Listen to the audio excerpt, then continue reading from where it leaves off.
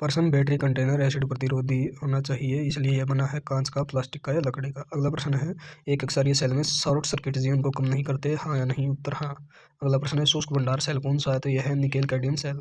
अगला प्रश्न, sulphated cell द्वारा संकेत दिया जाता है सेल की क्षमता में कमी, स्पेसिफिक ग्रेविटी डिस्चार्ज में कमी, सेल का लो वोल्टेज चालू होना। अगला प्रश्न है, सेलों का एक समूह किसी भी दिए गए भार के लिए अधिकतम करंट प्रदान करता है जब सेलों के समूह का आंतरिक प्रतिरोध खाली स्थान के बराबर होता है, तो ये होता है भार प्रतिरोध के। अगला प्रश्न, दो असमान ईएमएफ बैटरी को उत्तर केवल श्रृंखला में जोड़ा जा सकता है। तो अगला प्रश्न है, एक लेड सेल एसिड सेल में यदि सल्फ्यूरिक एसिड का विशिष्ट गुरुत्व 1.8 है तो उसे 1.3 के विशिष्ट गुरुत्व का मिश्रण प्राप्त करने के लिए अम्ल और पानी के किस अनुपात की आवश्यकता होगी? तो 4 भाग अम्ल के और 6 भाग जल का। प्रश्न, टर्मिनल वोल्टेज जब बैटरी चार्ज की जा रही है घट जाती है, उत्तर बढ़ता हुआ तापमान।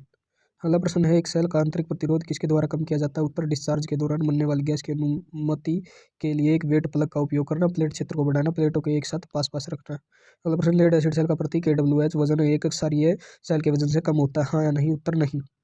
अगला प्रश्न है, बैटरियों की प्लेट खराब है या नहीं यह पता लगाने के लिए कौन सा परीक्षण किया जाता है? तो ये होता है कैडमियम परीक्षण। अगला प्रश्न है, शुष्क सेलों की क्षमता कब अधिक होती है? उत्तर, जब यह अंतरायिक अवधि के लिए करंट की आपूर्ति कर रहा हो। अगला प्रश्न है, एक लेड एसिड सेल एक क्षारीय सेल की तुलना में खालिस्तान होता है, तो ये होता है सस्ता। अगला प्रश्न है, 12 वोल्ट लेड एसिड बैटरी का आंतरिक प्रतिरोध 0.01 ओम है, बैटरी के शॉर्ट सर्किट होने पर कितनी धारा प्रवाहित होगी? तो यह होगी 1200 एम्पेयर।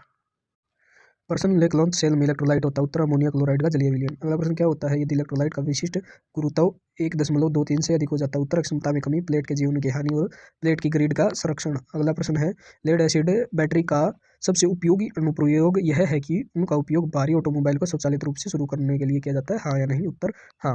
अगला प्रश्न, एक लेड एसिड बैटरी को उपयोग में नहीं होने पर भी खालिस्तान एक बार चार्ज किया जाना चाहिए, तो ये होना चाहिए 6 सप्ताह में एक बार। अगला प्रश्न, बैटरी किसके द्वारा चार्ज की जाती है? तो ये होती है दिष्टकारी अर्थात रेक्टिफायर या इंजन जनरेटर सेट और मोटर जनरेटर सेट। अगला प्रश्न है, निकेल लोह सेल की क्षमता पर क्या असर होगा जब इसकी इलेक्ट्रोलाइट हवा के संपर्क में आती है? उत्तर, घटेगी। अगला प्रश्न है, लेड एसिड बैटरी में अवसादन किसके कारण होता है? तो ये होता है उच्च दरों पर ओवरचार्जिंग के कारण। अगला प्रश्न है, सेल शॉर्ट सर्किट का परिणाम है? उत्तर, कम स्पेसिफिक ग्रेविटी, इलेक्ट्रोलाइट असामान्य उच्च तापमान, चार्ज पर कम गैसिंग। प्रश्न, 48 एम्पेयर घंटे की क्षमता का करंट देगी, उत्तर 6 एम्पेयर 8 घंटे के लिए। अगला प्रश्न है, डिस्चार्ज के बाद लेड एसिड सेल को जल्द से जल्द रिचार्ज किया जाना चाहिए, हाँ या नहीं? उत्तर हाँ।